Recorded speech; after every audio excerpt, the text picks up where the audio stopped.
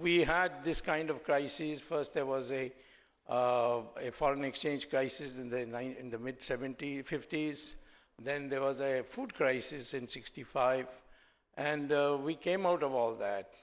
And perhaps we were wrong at that time to have adopted the Soviet economic model, because it was based on the principle that you extract resources from agriculture and use it for industrialization. But agriculture had already been exhausted of all resources during the British period, when they used the zamindari system to extract as much resources as possible. I believe an estimate of mine, which I published in a recent book of mine, is $71 trillion were siphoned off to Britain. And I hope someday we get it back, including the Kohinoor, to pay some of our debts that we have in the international sphere. So that model was not suitable for India. We realized that in 1990, and then brought in economic reforms. But the economic reforms stopped literally after Mr. Narasimha Rao's departure. And then after that, it was just marginal additions here. So today we are in a situation where we have to deal with the basic problem. How do we motivate people to participate in the economic sphere? After all, we are no more a socialist economy. We are an economy where it's called a market economy, where people have to be encouraged to participate. So one of the things I would like to suggest as a measure to come out of the present situation and go on to a higher path. And I don't think the spin or small additions could make the difference. But what we need is something which is basic. During the previous UPA rule, we had a governor of Reserve Bank who believed that only by raising interest rates we can control inflation. But it's like a doctor who thinks that the only way to bring down the temperature of a patient is to kill him. And the same way, raising interest rates meant just that, because interest rates may control the money supply, but it also means that the cost of capital goes up, and the cost of capital for small and medium industries are, they are all at the margin, so to speak. So many small and medium industries closed down during the tenure of Mr. Raghuram Rajan. And it took a heroic effort on my part to see that he's sent back to where he belongs, namely back to his university in the United States. And that effect caused by breakdown of small and medium industries, that effect we are facing even today. So that has to be rectified. And so rectification would require that we lower the interest rates. And the interest rates today are 12 to 15%. I mean, depending on all the padding that goes on, the under-the-table payments. So this is too high for a country. Many countries have much lower interest rates, and they get an advantage. For example, the United States, if you take a loan from a bank, you have to pay only 2%. So many people are taking loans from American banks and coming to India and lending the money informally and making a lot of money. It's called interest arbitrage. So we must lower it, can't do it very drastically. So I would suggest that the interest rates need to be lowered to 9%. And this would then motivate a lot of people to invest again. Similarly, we have found that the rate of savings, which in the 90s was running at 38% of GDP, is now down to less than 30%.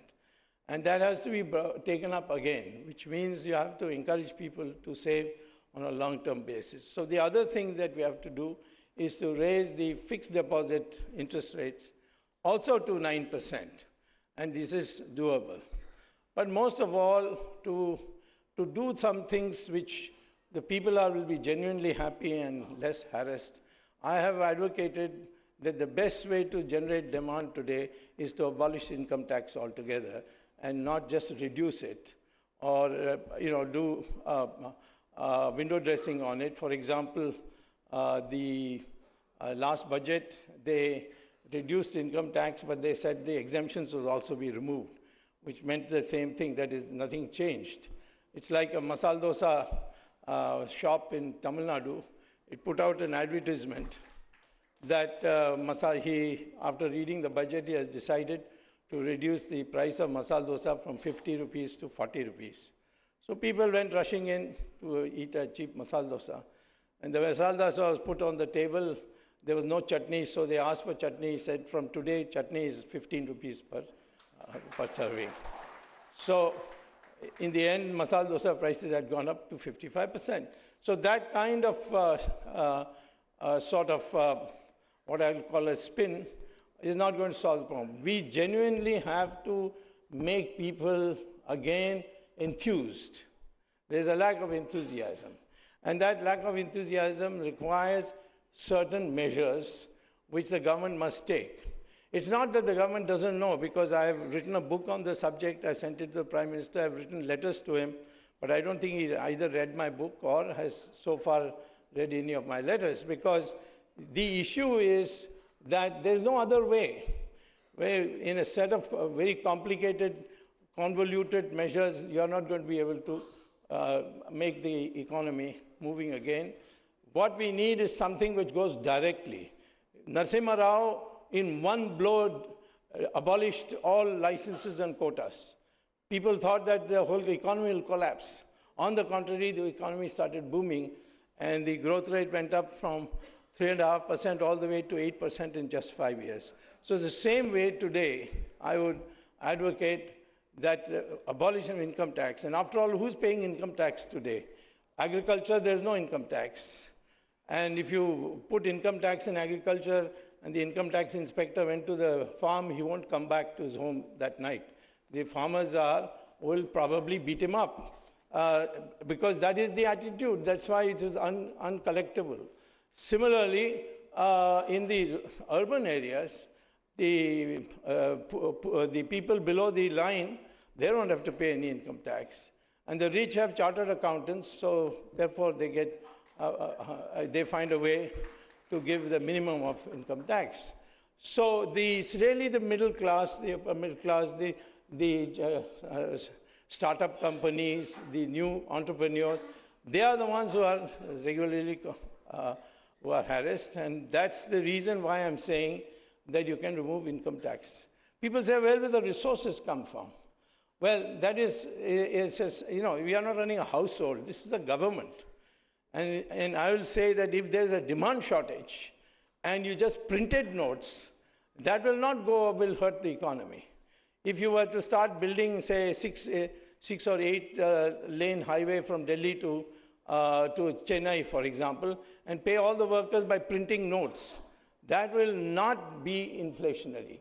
That would mean that you are putting purchasing power into the hands of people who don't have it, those who work on the roads and so on. Similarly, in agriculture, the same attitude has to be taken, where we agree to buy products of the farmers for sale in the market at prices which are on the same level as the market price, not just minimum support price. So what is needed is a stimulus, and that stimulus has to come by people feeling relief from the stimulus, not going and standing in a line to collect something, but something that happens. So abolition of income tax is instantaneous and immediate. So I think just like in the past, when we solved our food problem, when we solved our foreign exchange problem, and we brought in growth rates, accelerating growth rates, because for long years, the communists used to say that the 3.5% growth rate we were experiencing from 1950 to 1990 was the Hindu rate of growth. Because the Hindus, like elephants, go very slowly. But in the end, it is the Hindu rate of growth crossed and we reached 8% and we can reach 10%. Today, my thesis is that unless you grow at 10% per year for 10 years, you will not be able to remove poverty or reduce it to a minimum or raise your GDP at sufficiently high levels.